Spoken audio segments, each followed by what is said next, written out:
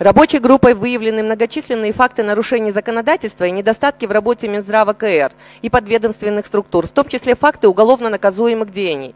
По выявленным фактам нарушений было возбуждено несколько уголовных дел, включая факт нарушения в сфере госзакупок по услугам гемодиализа с предварительно установленной суммой ущерба свыше 75 миллионов сом.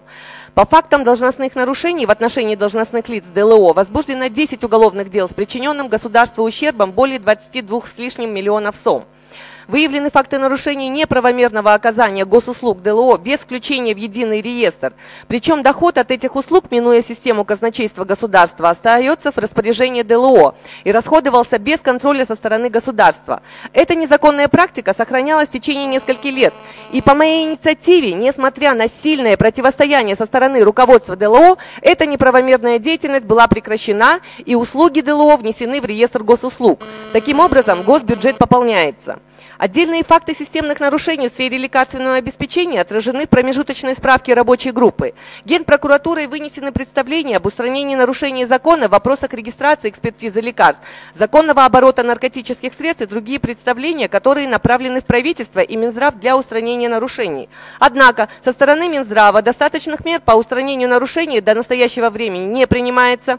В частности, не приняты меры по факту передачи государственных функций контроля качества лекарств, нарушение требований тех регламента безопасности лекарств.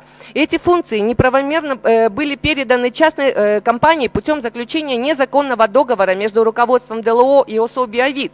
Генеральной прокуратурой было отмечено, что все вышеуказанные нарушения стали возможными в результате ненадлежащего исполнения должностных обязанностей руководства.